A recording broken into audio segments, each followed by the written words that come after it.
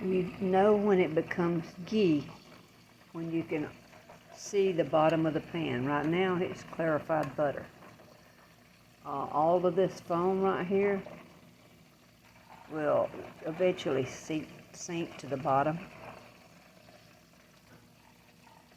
and it'll stick to the bottom. All your milk solids, the water's already cooked out of it, but all your milk solids will stick to the bottom. And like I said, you'll know when it becomes ghee when you can see almost to the bottom of the pan. It becomes that clear.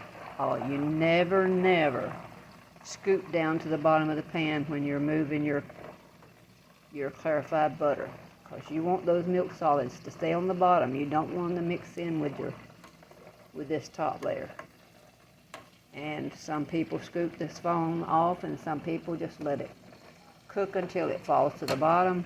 I'm always afraid I'll burn it, and I can tell you burned butter or burned ghee, so ghee is not good. So this is not something you can start and walk off and leave and go do something else.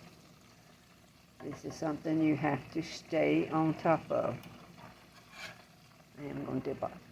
Don't throw that foam away when you dip it off, because it will come back to a solid. And you can use it for grits or anything like that. Now, the only thing ghee is not good for is baking cakes or making pie crust. But everything else you use oil for, any kind of oil or any kind of butter, you can use it. You can actually fry in this because it has a higher smoke temperature, up to 425 or 450 degrees, I forget which.